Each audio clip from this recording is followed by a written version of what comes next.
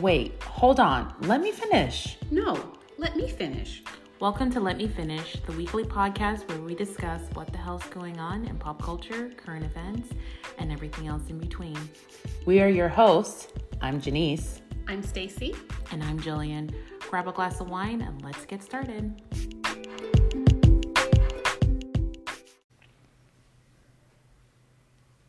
Hey, we are back with a new episode of Let Me Finish this week. I'm your host, Janice. I'm Jillian. I'm Stacy. And my voice is back. Yay! Well, kind of. It's a little off. It's back. It's back. Is that how I sound? Yeah, it's back. Oh, shit. Okay. No worries. But anyways, we're just going to jump right into it and talk a little bit about our weeks. How did y'all's weeks go? I didn't do anything. Say me either. Just work. I mean, we had our girls' night. I got laid off. Oh, yeah.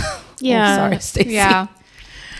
I mean, we had a layoff like back in October, end of October, and if you don't know, I'm in real estate. So the company I was working for, we were buying houses for investors. We had really big investors and we were just buying up property for them. But after the market kind of turned, things just kind of went down. So they were really trying to see like how long, and it's actually a tech company. It's a tech startup company, really what it is. And things just never, The company you work for Yeah. or the investors? No, the company we worked for is a tech startup called Roofstock. And yes, we were buying property for our investors. But anyway, so we knew things were kind of bad. But then I think the big issue, I think, was that, I don't know if y'all heard about this bank, Silicon Valley Bank. Yes, it failed. It failed, and they were one of our investors. So for me, the timing of them doing the layoff out of nowhere, all of a sudden, I felt it was probably directly related To to that. that. Yeah, it did. I think they ended up getting bought up by HSBC, I think. I'm not sure, but Silicon Valley, because I work in banking and that was like a big thing at our bank whenever that failed. But yeah, FTC came over, took over the bank. The depositors were protected. Unfortunately, a lot of the investors are probably going to end up losing money. But Right. it did. When a bank fails, what they do, FTC usually does is put the bank up for sale.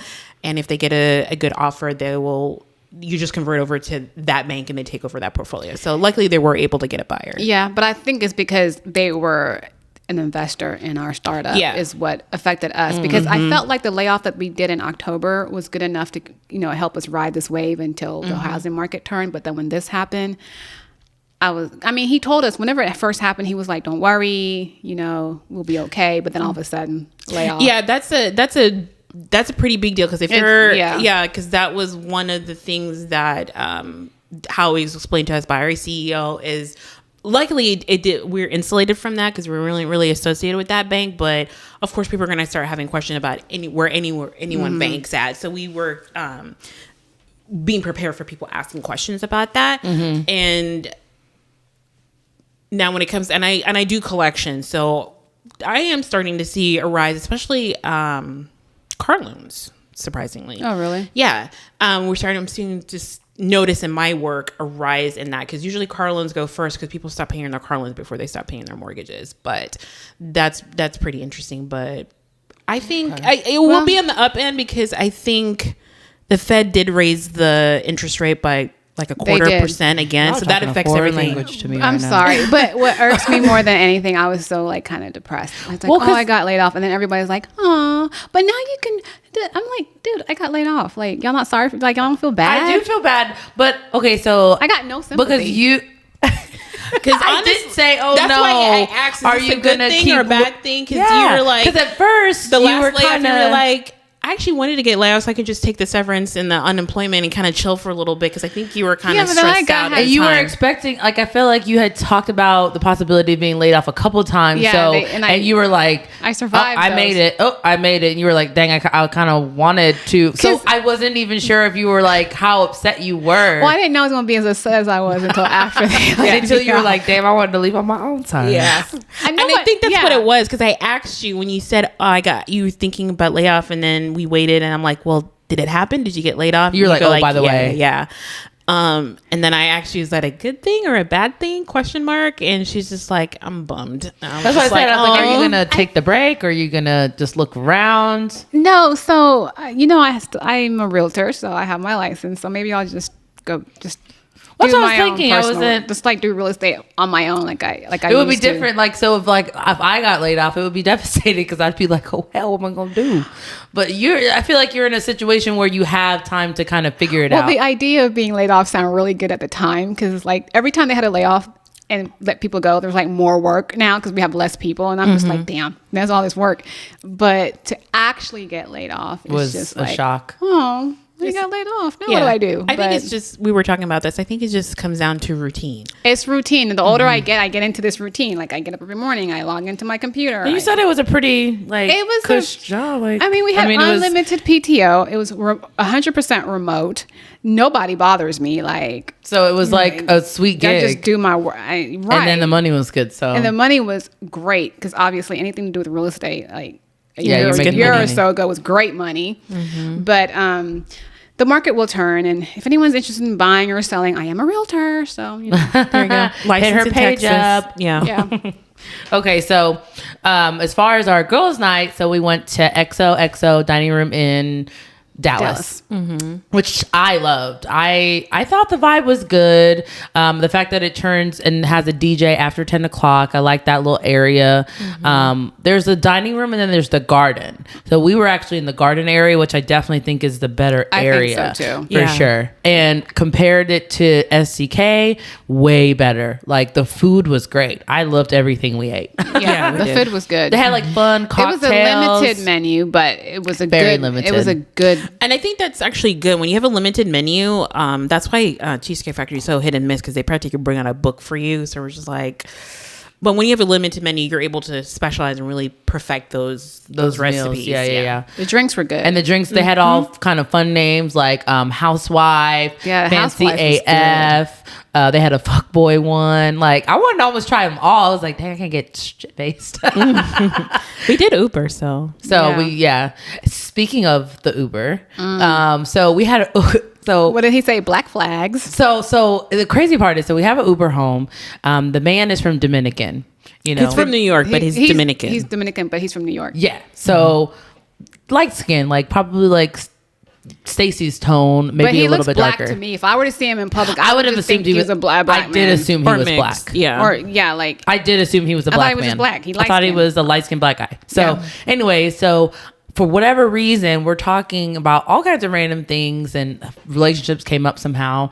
And for whatever reason, he felt comfortable enough in this car with 3 black women and an Asian woman to tell us, you know, he's tried to date black women in the past and no offense, but, you know, black women are just black flags to me. I said, what the hell? I was like, yeah, shocked. We were like, what? What you mean black flag? So not even red flag, meaning like, be careful. This is black, meaning stop. Absolutely not. Do not go there. Yeah, black flag pretty much means not caution, but stop. This is a no-go. No-go zone. But then he goes, so y'all do know, I said, yeah, you don't have to say it. We know Dominicans are racist. They have very limited mindset they don't like on black people. And then he confirmed that and was talking about the first black serious girlfriend. She was from Trinidad. From Trinidad, which we're obviously Jamaican, so we get the Caribbean and vibes. They're Caribbean too. Dominicans were Caribbean, but I'm just saying, like the fact that he told me it was a black Trinidad woman instead of just like if it was a black American woman, I feel like it would be different. True, like Caribbean black women, we don't put up with bullshit. Like I'm definitely not gonna put up with no bullshit. He was upset because his family is racist and don't want him with a black woman, but she would not tolerate that. And she basically had a problem with it. I was like, and then I said to him, I said, well, I mean, that's a pretty harsh thing if I know my boyfriend's family literally does not like me simply because of the color of my skin. Not my attitude, not my personality, just because I'm black. But he was trying to say, well, it's not about my family. It's just me and her. But as a woman, it's really hard to accept the fact that your family looks down on me because I'm That's a big part of your life. Color. It's your family. For no reason. I mean, personally, I've dealt with being involved with a man that had a racist family, or had a prejudiced family. So I just try to keep myself separate from that, and not saying that it's going to work long term. I don't know if not, it would. When you have kids, what does that look like? Well, stay the hell away from my kids then. That's cool with me. I'll just stick with my family. I'm not going to deal with that. And that's the part I would find interesting. Literally, take rocks. I don't care. Instead of checking your family on their racism and challenging them on their views, you felt like because she wouldn't put up with it and you didn't want to check your family and challenge them, black flag. Like all of a sudden black women are a no-go for you. That shows you have no backbone, first of all, because that means I do not want to date you, period, because that means you can't stand up for yourself with your family. And that's one thing I cannot stand is if a man in a family cannot stand up for himself. But ew. You know what? This story is bigger than just the Uber driver, because remember, once he said that, and then I'm looking at one of my closest friends, she's Asian, but she also corroborated the same thing. What did she say? It's the same thing. Like, she can have black girlfriends all day long, like me and her are BFFs and we cool or whatever, but she couldn't bring a black man home either. But she also said that if she would and could, but she doesn't care about their opinion. Right, but she gonna do what she wants to do. Right, but she could not bring a black man home either. What does she want to do? She continues to date black men because that's what she likes. And doesn't just stop that. Okay, we're not even going to get into this conversation. She could never marry a black man or bring a black man home. Okay, so here's another. So I'm just trying to say it's bigger than just this Dominican guy, right? Mm-hmm. Yeah. Because it's a lot of races and cultures that are like that. And it's surprising because it's a lot of what do you call it? Spanish speaking Caribbean countries that are like that. I'm just like, y'all do realize they dropped slaves off at y'all's ports too, which is right? weird. I feel like the Dominican, they're Puerto Ricans are like that. Cuban people are like that. They are just like, it's the y'all look black.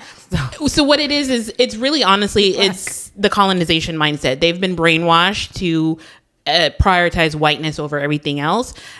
They've been brainwashed, and it's going to be hard to deconstruct. I just don't understand why I look down on black people, because if I was to see him in the streets and look at him, I would think that he was just a regular light-skinned. I just look at him as a black. If he was to pull over by the cops, do you think the cops would be like, "Oh, are you Dominican or are you black?" Like, well, I actually felt like I almost offended him because he was talking about being in a different country and how there are no black people, and I was like, "Well, you were there. I thought he was black." Yeah, I think he was kind of upset. Yeah, he kind of went silent for a quick minute when you said that, because then I clocked that too. I thought you were black. Yeah, I thought he was black. But yeah, that's that we were like, and you felt comfortable. Weird conversation expressing this. It was just a weird conversation to have in a Uber full of women of color. Yeah, and the fact that you said you dated a second black woman and then it happened again, and that's when you were done. I was like, so you're not dating black women. You simply do it because of what your family, how your family feels. Obviously, it's not just his family. Obviously, deep down, he feels the same way too, because then he would have checked. He would have That's true. He still has that those racist feelings somewhere That's deep very down. true. Because if one of those two white women you fall in love with, and it's like, this is going to be my wife, this is going to be the mother of my children, would you have stand up for your family? You know how I know he That's feels that true. way? Because it's when he checked his family, though, because when he said that, whenever he brings his buddies home, because you know he's in the Marine, so there's times they got better. They said they got better. Because he told them that they all bleed the same blood. These are his brothers, and he did say that. Yeah, and they treat them like it's their sons, like yes, their family. He said that, so that tells me he's okay. They don't want to spoil the bloodline. I think what it is that it's fine until you're talking about procreating yes. and doing the next generation. So the messing fact up my that bloodline. he can check his family for his brothers, that tells me that he won't check his family for a woman, which of because course the women are like, he has those check same your feelings. family, He has those and same then he feelings. don't want to. He has the same feelings deep down. That's true. Okay, Yeah. That's very true. So anyway, only thing, I had a little TikTok made me do it. So just so y'all know, there's these underwear that are like BBL that take your butt and lift it up. I want to buy them and see, and I'm gonna wear them next. Girl's like, what? Seriously? Oh, it's on Amazon? It's on TikTok. So I saw it on TikTok, and then probably like on Amazon. Yeah, I'm sure it's on Amazon. But I'm like, I just want to see if it makes my butt look bigger. Well, I have one. I'm gonna get Mary Ruth vitamins. It's all over TikTok. It's like a liquid vitamin. Mm-hmm. I'm gonna get that. What does it do? It's like it's just a multivitamin, but it's like liquid, and so your body absorbs liquid vitamins better, faster. So I'm gonna try. It's supposed to help your hair grow. It has like all the nutrients, and they say it prevents grays. Something in it. Well, there you go. Prevents and reverses grays. Reverses grays and something in that vitamin. It's all over TikTok. Okay. Yeah. So anyway, so we're going to take a quick break and then we're going to come back and we're actually going to talk about Jonathan Majors and his assault charges. Ooh. All right.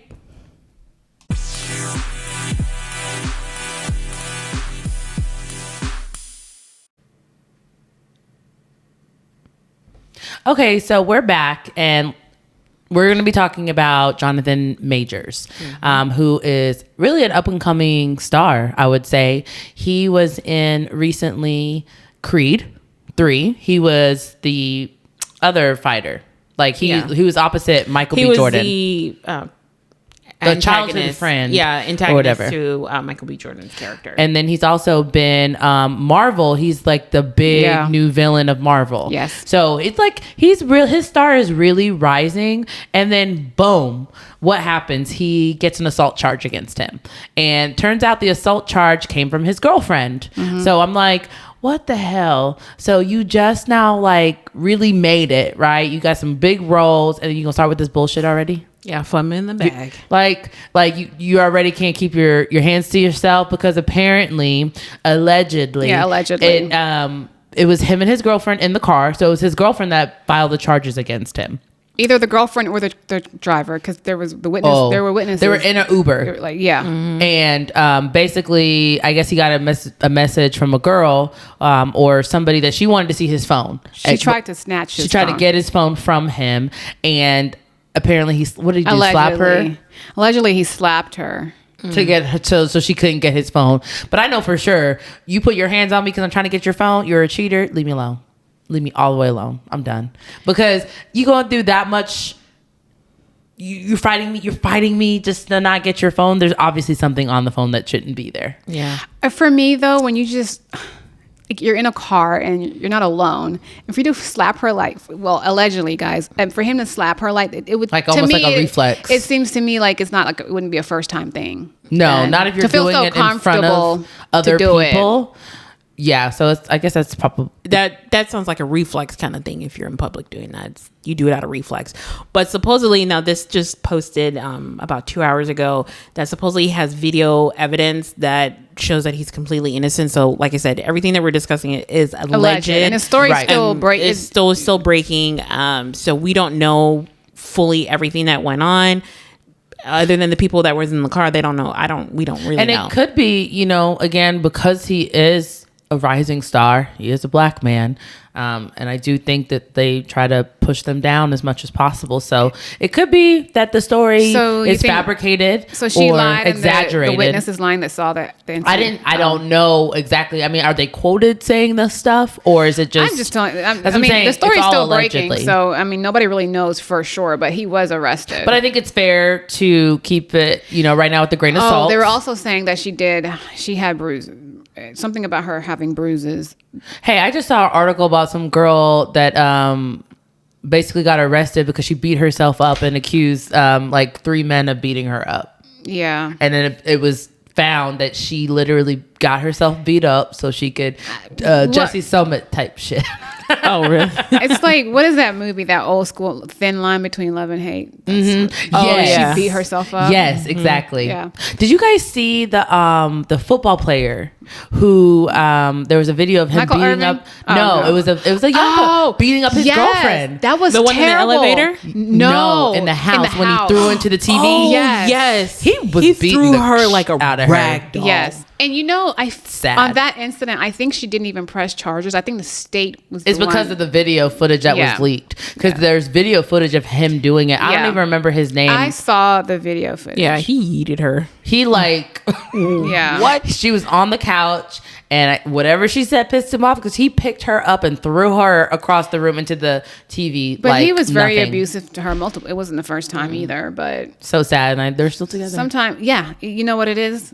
Money. These young girls, I swear, ain't no money in the world. I can take no licks for. It's a lifestyle and the money, and to say that I'm dating a ball player or whatever. I mean, remember the one, I can't remember his name, the one that beat his girl up in the elevator. She stuck by him through the whole thing. Yeah, that's my man, and I'm gonna stick beside him. And actually, after everything settled down, and he pretty much wasn't able to play in the NFL anymore after everything's said and done, I feel persecuted. And I was just like, you can't be girl, persecuted for we something. saw you on tape. This man will beat, I don't care what you said. And this is when it comes to domestic violence, I always tell people this. People say, well, women do it too. I hate when people do that. I hate, especially men. I'm just like, are you fucking serious? No, I'm not saying that it can't happen. I just think there's a power dynamic there that men have over women. And my thing is that no one should be putting their hands on each other. Period. But even if you as a woman hit a man, I feel because there is that strength or power dynamic that was greater than that he has over her. One slap from her to him may not be as bad as opposed to the other way around. I think you can do some serious damage when you're manhandled. And I definitely think, and I'm saying both are wrong, but I think especially if there is a power dynamic where one is greater than the other, it's like the difference between, I don't want to say, I have an analogy for it. It's when if a child hits me. That's what I was saying to say. I can't turn around and then hit that child and be like, well, he slapped me first. I'm gonna slap the shit out of you. Don't you put your hands on nobody. You're gonna learn quick. Keep your hands to yourself. That child will get a slap from me. That's where I see there's a power dynamic there sometimes when it comes to, when a man hits a woman versus when a woman hits a man. Absolutely, but I do feel though, women, it's all wrong. Listen, women do put their hands on men a lot. And I'm sorry, I don't have sons, I have daughters. So for me, I'm always like, keep your hands to yourself. But I completely do not condone a man putting a hand on a woman. But what if I had sons and I knew my son was in an abusive relationship and this girl was continually beating the shit out of him. To leave, and it's the same way women don't. I would never. Not just on the man. It's the same way women don't leave. Sometimes men don't leave either. I would say under no circumstances are you to put your hands on that woman. But if it becomes abusive, this is my thought when it comes to physical abuse. Yeah, physical abuse for me is the last step in an abusive relationship. That's the final journey. That abusive relationship started way before the first hit was ever placed on that person. So my thing is that when you have an abusive relationship, is to nip it in the butt before it gets physical. So okay, I get what you're saying, but the way you're putting it, to me, it now makes it so it's all the responsibility of the man to walk away from the situation and walk away. So, but he's the one being abused. But here's the thing. I've had friends, because I know for me, I will never put my hands on a man. For what? Because I already know the power dynamic you're talking about. I'm fully aware of that. Right. So one slap from me is going to be completely different from one slap from you. So I'm not going to put my hands on you. Women should understand that as well. Yeah. I have seen plenty of relationships where the woman instigates it every single time. I can attest to that. That one time where he might not even slap you, but yoke you up and throw you. Then you want to cry wolf and want to run around crying like you just got your ass beat, but you've been beating this man's ass. When you say instigate in what way? Slapped him, beat the shit out of him, ran across the room and started punching him. Okay. So here's the thing. I am guilty. I have put my hands on not Ernest. Men before. And if I do that, I'm prepared for that hit to come back. But I've learned over time. Like you can't take that lick. Obviously, I don't do that now. Yeah. But at the time when I was doing it, I was ready for that hit to come back. Oh, it's on. I remember the story. We're gonna fight. It's on and popping. With Stacey's first husband, I think the one thing that I was just like, it's funny, but it's not funny, is when they talked about fighting over the remote. Oh, yeah. I'm like, and she goes, yeah, we went into, not saying that they were like super physical with each other, but they were literally but the fact that you're struggling over a remote. Because me and Jillian used to struggle over the remote as children. So we've done that. That stuff happens when you're young and in young relationships. Exactly. But but me personally, I have been that person to put my hands, and I was prepared for that hit back. And I don't think that's an abusive relationship. Because no one should put their hands. Well, if you can dish it out, it is an abusive relationship. It's just a mutually abusive relationship. So, but I feel like if you're a woman and you're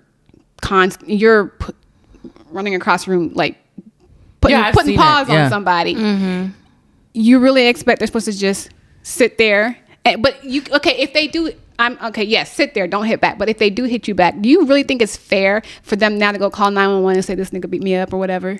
No, I don't.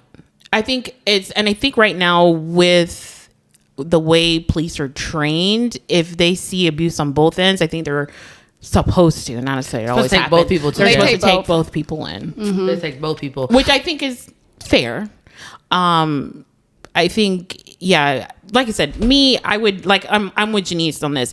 I'm not prepared to put my hands on someone because I'm not going to take I'm that going to lick. anticipate getting that lick back. I like my face. I've worked on my anger issues. I don't do that stuff anymore. But I'm just saying, I have seen it to where I knew about a situation where it was abusive, and my assumption, of course, is, oh, he beat her ass. That's crazy. He's horrible. And then I witnessed it multiple times where I'm like, oh no, you beat the shit out of him. But then the moment he retaliates, and I wouldn't even say retaliated fully, because it's not like he really beat Sometimes her they up. just, like, but at the same time, pushed you her want to off. call your friends and cry and say, come get me and do the, but I'm not going to be a part of that. Why are you, I'm not going to come pick you up every time. First of all, I know you're going to run back to him. And then second of all, you're the one instigating the situation. Now, do I think that man should leave the situation? Probably. But again, I do think it's the responsibility of two grown adults. Right. I get what you're saying. If it's a kid, if it's a 10-year-old and you're just a bad fucking kid and you come up and punch me, I mean, I might not punch you back as hard, but I'm definitely going to shove your little ass down. Get off me. Seriously? A 10-year-old? Maybe not a 10-year-old. Okay. But it depends. Like, depends on how big the 10-year-old is. Are you going to keep coming back? I mean, look at that 6-year-old in the classroom. He shot his teacher. Yeah. Would you not restrain Now- that little child? Now, how would you feel if she had a gun and she shot him back? Not shot him back, but obviously you need to get physical and restrain this child. Yeah, because that's a clear present danger. I don't know. Like, so I With tell- a gun. It's not clear and present danger. But Somebody, if a you're woman gonna beating the shit out of a man. If you're going to doing tit for tat, would you be comfortable if It's not he a had tit for tat, it's a defense. Wait, so if the child has the gun and you have a gun and he shoots somebody, are you prepared to shoot that child? Oh, the child shot somebody? Or you or someone else? Are you prepared to shoot that Have you 6-year-old ever child? seen The Good Son?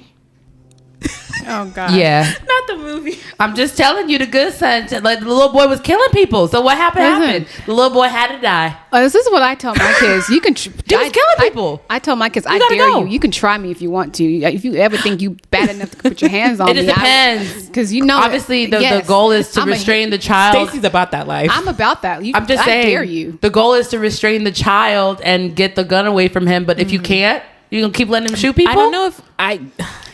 That's like That's what I'm saying. a tough one, though. You don't 'cause keep letting him I shoot don't know if I people. could do Because that. what if when I walk up on you? What if you're shooting? I don't know. Like, little boy. I don't know. I'm telling you right now. I don't think I'm ready to... I don't think I would ever be prepared for the consequences. What consequences? I mean, what would the consequences Not- be? Maybe You're- emotional. I mean, the thought yeah. of shooting a maybe 6-year-old child. the mental and the emotional.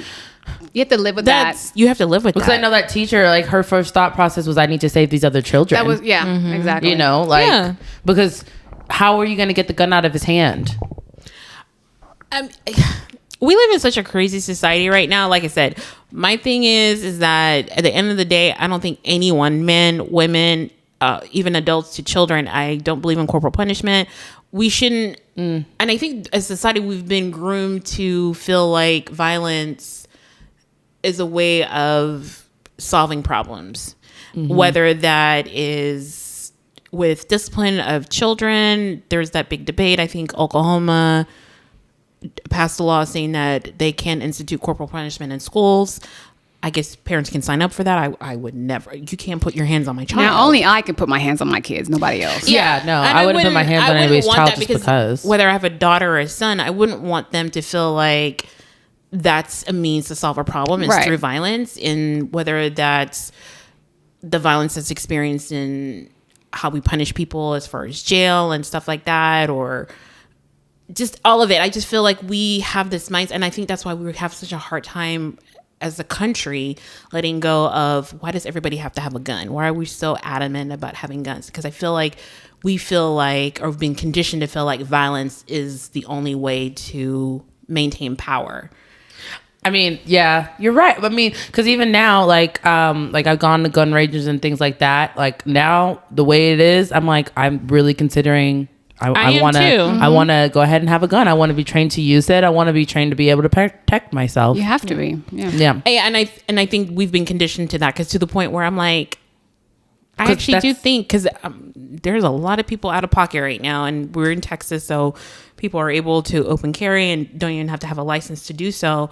So you feel like, well, if everyone else has it, I have to have it too. So I have you're on the same level, to balance the playing field. So I think for us, for things to get better, we have to dial back and really examine how we deal with certain situations. But then there's how do you dial back everybody around you? You can't. You almost have to like go and that's with what the I'm saying. Then someone has to put their foot down. Like, enough is enough, and we have to start dialing back. Yeah. But somebody has to take that stance, and I don't think anyone's prepared to do that and accept the backlash for that. Right. And I think that's where we're at right now. Well, because I even think, like, we were talking about it with the 6-year-old who shot his teacher, or no, there was a child that shot his mom and killed her. The 10-year-old. And it's because of video. Like, she took away his video games. Because not only do you allow the violence on the video games, which I don't necessarily think the video games are the problem, it's the access that they have to a gun. Mm-hmm. Like, how you can't shoot anybody if you don't have access to it. Exactly. Yeah. So if you're going to have a gun in your house as a parent, and I think we talked about this a long time ago, Stacey, I was like, well, then everybody in the house should be trained to use it. Yeah, because you felt some kind of way when I was telling you. Well, I told you because you were like, well, I'm not going to let Kiera or Kylie learn. I'm like, you were too young. Now they need to learn how to shoot it. If it's going to be in the house, it's different. Or at the very least, learn gun safety. But understand that if this is in the house, you are not to touch it. But as a responsible parent, though, and you have young kids, that gun should not be anywhere where they would ever be able to reach it. Ever. But again, if they did, do they understand what guns are? Well, obviously what they now can they're do older, but at that age but too. at that age, sometimes you can't. Because it's curiosity that these kids are doing. There's curious. ways to be responsible to put it away to where your kids cannot have access to it. How is a 6-year-old get a gun and bring it to school? So many times parents are like, well, this was put away, it was locked away, but they watch you. They watch you put the gun up. They watch you put the code in, and then they go and show their friends. That's what I'm saying. So understand, this is off limits. This is what needs to be on the gun if you ever see a gun. I felt like gun safety was very important for all people in the house. Maybe not touching the gun, but understanding what a gun can do. Yeah. But that's the thing, though. These parents are careless, because the 6-year-old that shot the teacher, obviously they didn't charge the 6-year-old, and there was nothing done about that. But I also feel like the responsibility should be on the parent. I feel like that parent needs to be charged. Like, how did a 6-year-old, get a gun from home and bring it to school to shoot his teacher? At least with child endangerment, because for them to have that freely access. Thank God she survived. Yeah. Well, okay, so not saying that I can't use this as an example, but I'm saying there was an episode of the show it was on Private Practice or Grey's Anatomy, one of the two. But basically the kid shot his friend, and the mom was upset because they did have it locked away. They did have a code on it, but he had been slowly watching them. Still the parents' fault. I don't care. Yeah. I mean, you have to understand, the number one reason for death for kids under the age of 18 is guns. And once you have a gun in the house, you're actually more likely to be harmed by your own gun than an actual intruder. Too. But you know that just in general, like if you have a gun in your house, people are shot with their own gun, you're actually more likely to be hurt by your own gun than being hurt from an outside, an intruder, or an invader. There's ways. A lot of times, you can secure your gun into where it's like a thumbprint that opens it, right?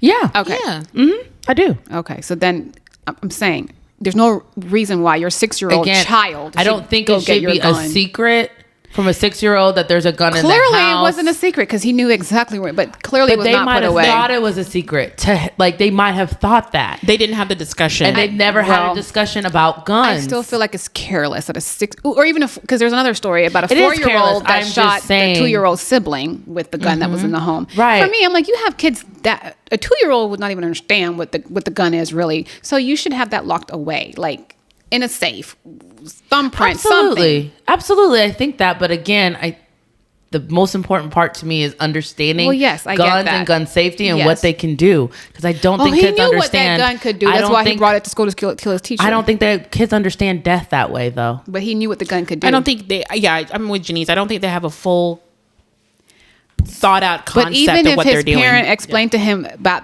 what the gun can do, there's a gun in the home, he still knew that this gun could kill my teacher. I mean, okay, yeah. Mm-hmm. But obviously, you know, gun violence is an issue in our country, right? I mean, they're in elementary schools now. Like, they're asking teachers to be armed. Like, when I heard that, I was like, that's ridiculous. Like, you're gonna start arming teachers now. Like, so even more guns out there. So I'm just like, at the end of the day, I guess you just have to learn how to protect yourself and protect yourself in the best way possible. I mean, yeah, I think I personally think it exacerbates the problems and really, honestly, the only reason why these guns are flooding the streets really comes down to the gun manufacturers. More guns mean more sales, mean more profits, meaning I'm richer. That's really what it is at the end of the day. The guns are just so accessible. And really, honestly, the majority of guns is held in the hands of a very small group of people. The majority of Americans don't even own guns. And it's just when somebody does own a gun, they usually own, a lot of gun owners, they have a large collection of guns. Not necessarily, it's supposedly like there's one gun for every man, woman, and child in America, but it's a small group of people who actually own and use those participate. guns. Mm-hmm. And then when I talk to people, and I'm not trying to get political about it, but as far as guns go, like, I don't have a problem with people having guns. I have a problem with the laws and the regulations we put behind them, because it is a big responsibility to have a gun. I personally feel like with Texas is so extreme to me, because because in Texas now, right, you can open carry without even having a license. And right? It goes, Okay. So it goes back to like bearing arms. Everybody's like, well, right to bear arms. I get it. Like, yes, but you're talking about when you should at least have a license. When this was written, it was more so. It's a false premise. It's just the times have changed completely. The reason why they wrote that into the Constitution before is completely different about why you bear arms now. Yeah, it was basically to protect yourself against the government, so the government couldn't have too much power. Basically, the Constitution specifically says is to right and bear arms to be able to have a fully functional militia, which we don't really need that anymore. And exactly, and when it comes to people say it should not be infringed on, when you have the First Amendment being freedom of speech, but there are limits to that. You can't yell fire in a crowded theater or crowded room that will create, if there's no fire, there are limits to that. And there should be limits to gun ownership, because you're talking, this is a public health issue, because when, we've had more mass shootings in the first 3 months of this year. We've already surpassed the previous year, and we keep getting worse and worse and worse. Mm-hmm. There has to be a time where you're like, it's not working. This direction that we're going, where it's more guns, is not working. The answer to our problems is not going to be the only way to solve a bad guy with a gun is a good guy with a gun. That's bullshit, because I remember a couple years ago, I think just during the pandemic, where there was a good guy with a gun, and the police came up on the situation and they shot the good guy with the gun. They killed the good guy, yeah. It's so dangerous. Even if you are a civilian trying to do the right thing to be able to protect people and you have a gun, now you've put your life in danger, because then the police don't know, and it's more dangerous for police, because they treat every single interaction as a threat, because they don't know who has a gun or who doesn't have a gun, what your intentions are. So they treat every situation, and because of systemic racism, they will automatically perceive black men or black people in general, people of color, as more of a threat, more dangerous, automatically, because they've already been brainwashed to perceive that situation, whether or not you have a gun or not. So a lot of the problems that we have is this constant need to feel like I want to feel safe, and what you're doing to feel safe is making the word problem even worse. It's just like, two wrongs don't make a right. Right. Violence with violence doesn't equal less violence. Yeah. Right. And in fact, the United States is, when it comes to safety, when it comes to developed countries, I mean, you've got war-torn countries in the Middle East that we're on par with them, because there's so much gun violence. Actual war zones. So, I mean, all of this started with Jonathan Majors domestic violence and really just violence between people. But I think it just takes it to the next level because first you put your hands on somebody, then it's a weapon, then it's a gun. So it's just we're going in the wrong direction, I feel. But I know, can't beat them, join them. I'm at that point. So I'm like at this point, like next girls' night, we should be going to a gun range and learn how to shoot. Yeah. I mean, I've done it, but we should go. Yeah. Yeah. I think personally, I feel like everyone should have the right to own a gun, but I do believe that we need to have regulations. It needs to be regulated. Yes. I mean, I don't think every person needs a gun. I need to know who has a gun, why you want the gun. Right. I want to know, are you trained to use the gun? There should be yearly or bi-yearly. Thank you. Every gun owner needs to have a license and training. Like every 2 years, and updated training. I have to do continuing education to have my real estate license. I have to do this every 2 years, continuing education. Why can't we have that for gun ownership? Like, I feel like, and I think a part of that is cost, because I think when it comes to the Second Amendment, you're not putting a cost barrier for a lot of people because the continuing education. When it comes to, it's not just buying the gun and the bullets and you're done. Well, can they make that more community service type thing to people who can run the classes? I think we can figure it out.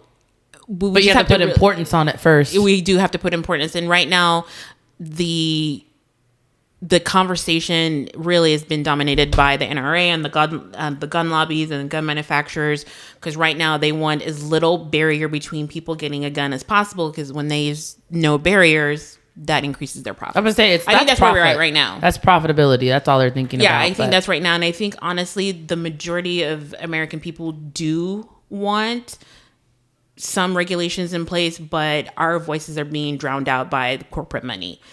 And that comes down to politics. And I think we need to get the dark money out of politics for us to be able to truly make changes that actually reflects the wishes of the American people. Scary. Mm-hmm.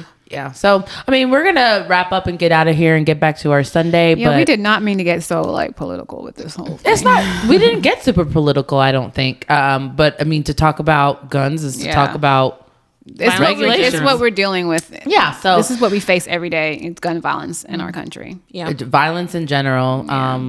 So I think at the end of the day, we just want to be as safe as possible. We want to feel safe. Mm-hmm. I think that's really the goal. Yeah. And I think Jonathan Majors is just another chapter.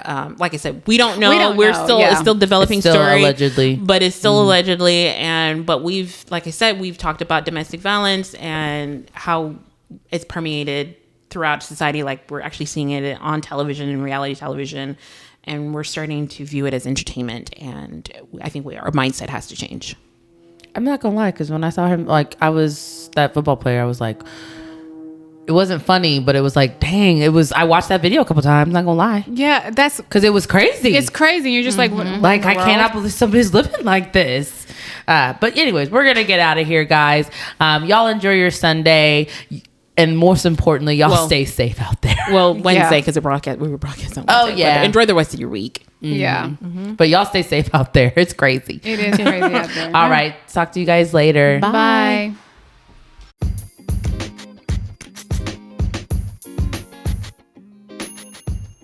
Thank you for listening today. Don't forget to like, comment, and subscribe on the platform you're listening on, and leave us a review. We want to support local businesses, so if you'd like us to shout out your business, or if you have a topic suggestion, or even questions for our QA section, we want to hear from you. So reach out to us at letmefinish@gmail.com. You can find us on TikTok and Instagram at Let Me Finish. Don't forget that the E in me is the number 3. You can find me at New Jillian Houdis on Instagram. Stacy, where can we find you? You can find me on Instagram, Mrs. Cams01. I'm also on TikTok, Mrs. Cams01, MRSKAMS01. And Janice, where can we find you? You guys can find me on Instagram at Uniquely Janice, and Facebook and TikTok, I'm just Janice Housen. Okay. See you next week. See you guys then.